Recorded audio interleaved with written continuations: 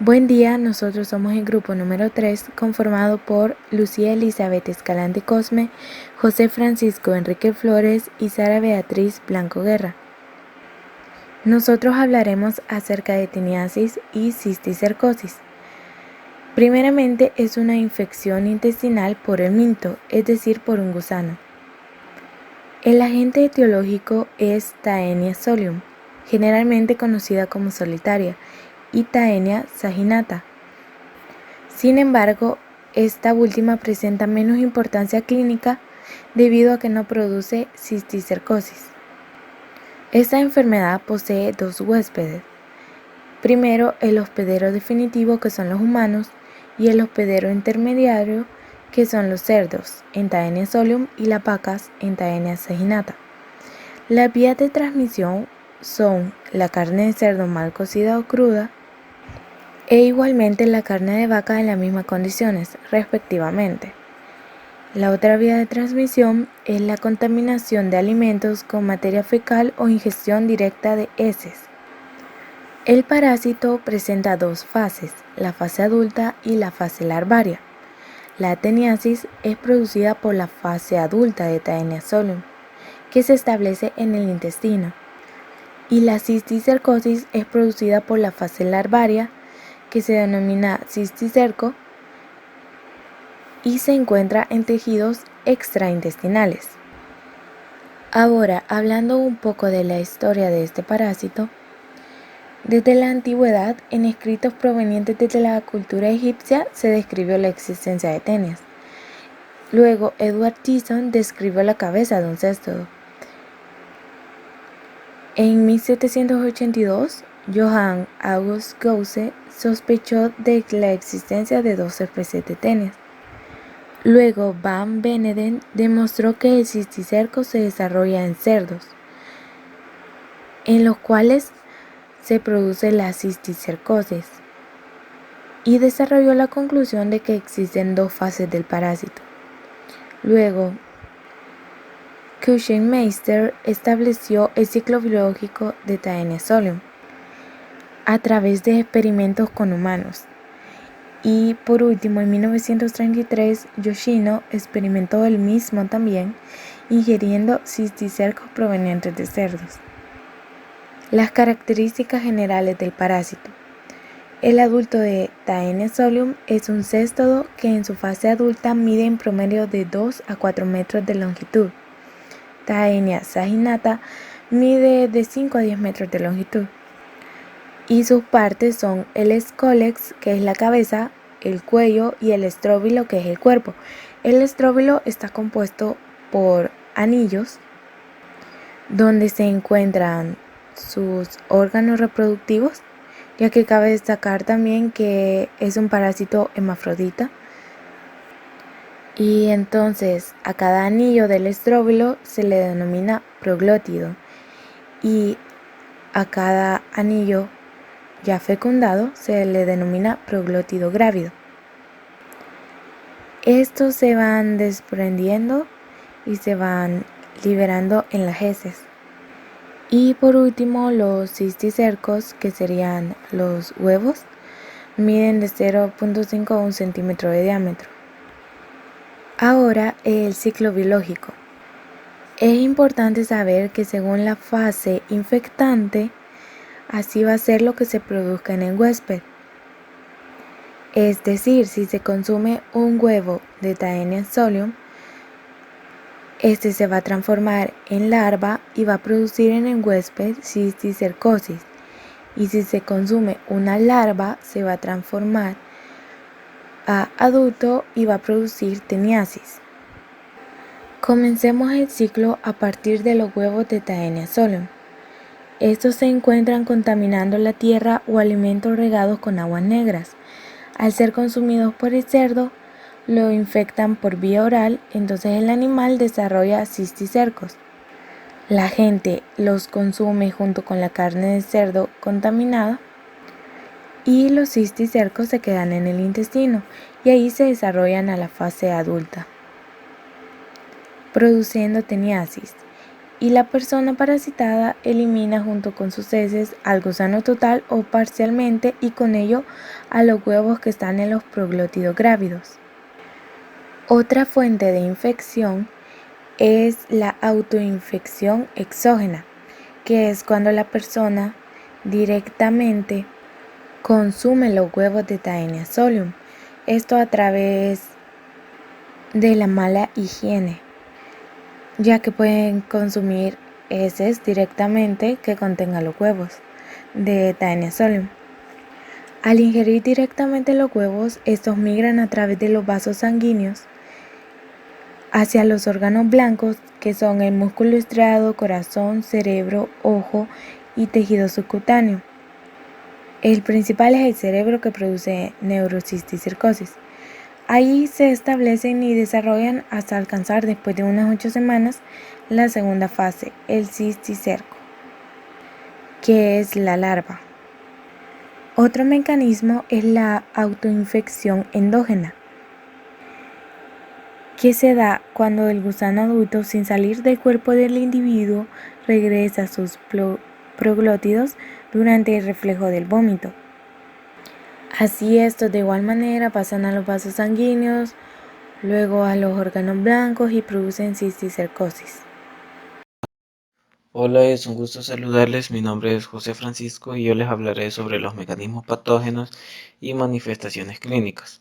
La teniasis en sí no es una enfermedad grave, ya que el daño de la mucosa que produce los ganchos en el sitio de fijación suele ser discreto, aunque en raras ocasiones puede perforar la pared del intestino, capaz de ocasionar la muerte en muchos pacientes.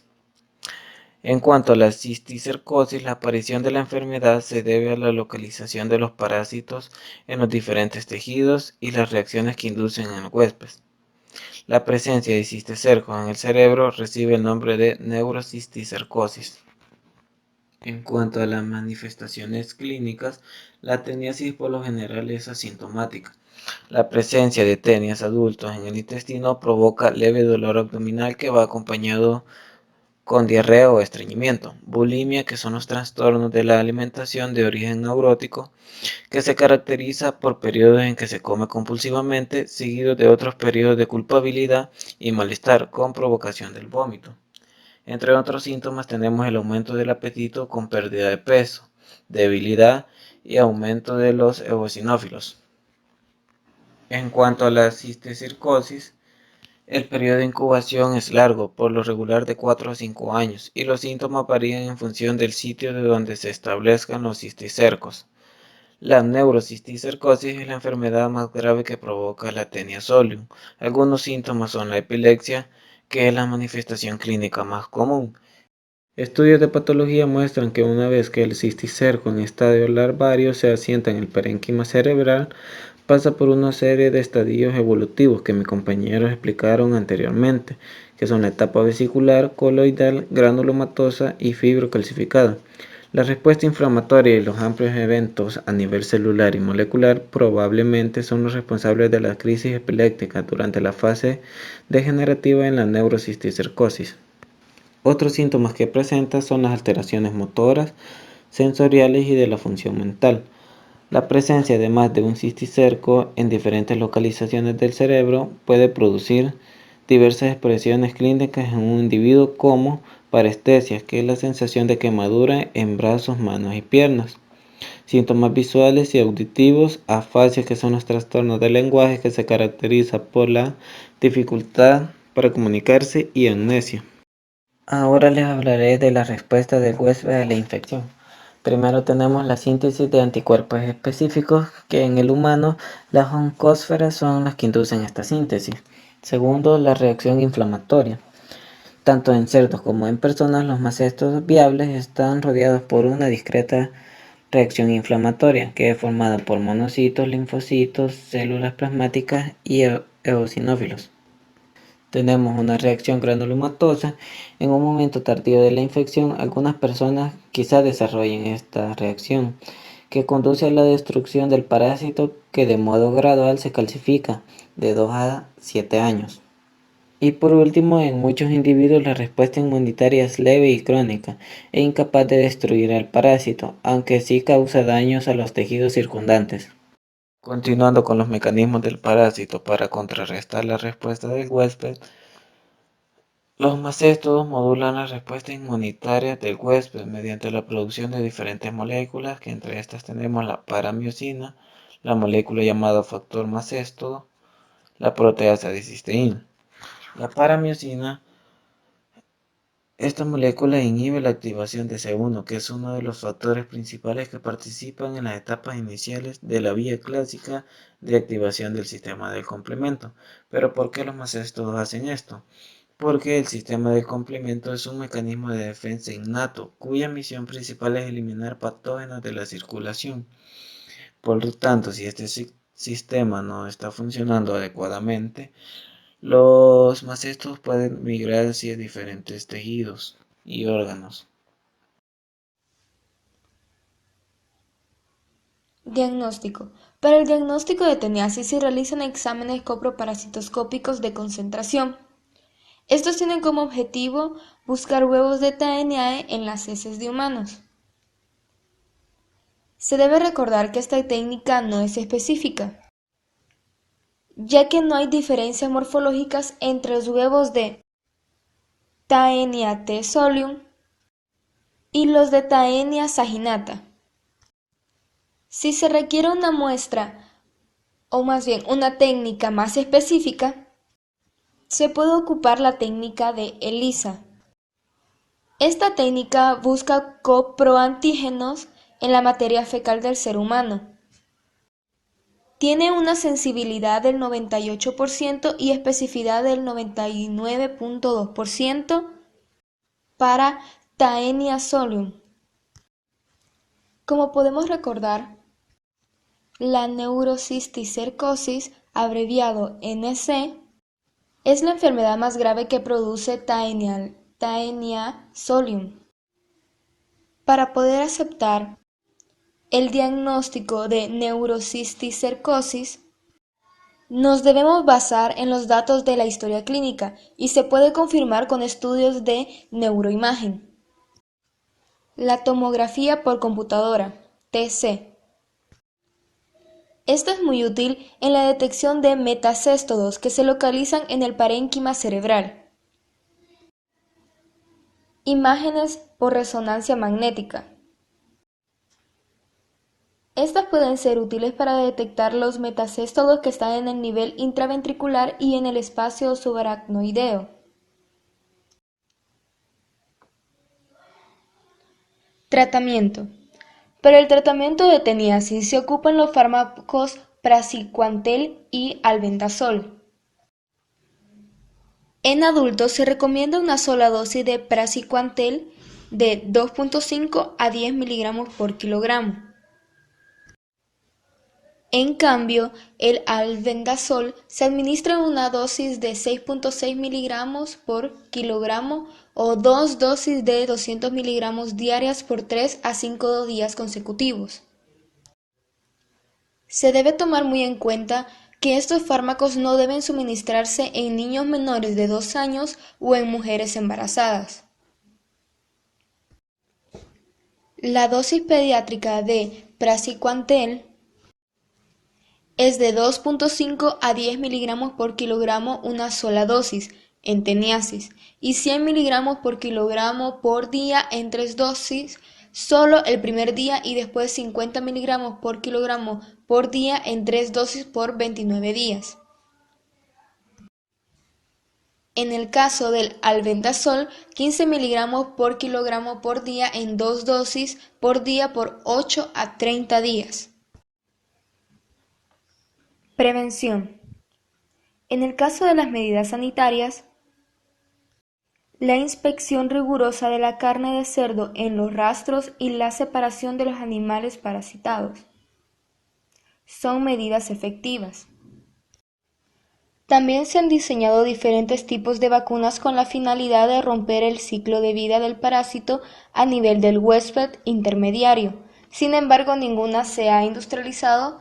Esto se puede dar mayormente por el costo alto de la vacuna, lo que hace que no sea comerciable. Epidemiología. La infección por Taenia solium es endémica en la mayor parte de los países de África, Asia, América Central y Sudamérica, sobre todo en México, Perú y Chile, pero también se encuentra en algunos países de Europa. La migración de individuos de zonas endémicas a países desarrollados ha contribuido a que la neurocisticercosis aumente en países como Estados Unidos y Canadá y en algunos de Europa, zonas donde la enfermedad no existía o se había erradicado. Según la Organización Mundial de la Salud, más de 2 millones de personas albergan el parásito adulto y muchas más padecen de neurocisticercosis. En países en que la enfermedad es endémica, el 50% de las epilepsias se deben a neurocisticercosis. Para poder finalizar, se debe dar a conocer que las condiciones que favorecen la presencia de este parásito incluyen fecalismo, libre pastoreo de los cerdos y la costumbre de emplear a estos animales para eliminar las excretas humanas.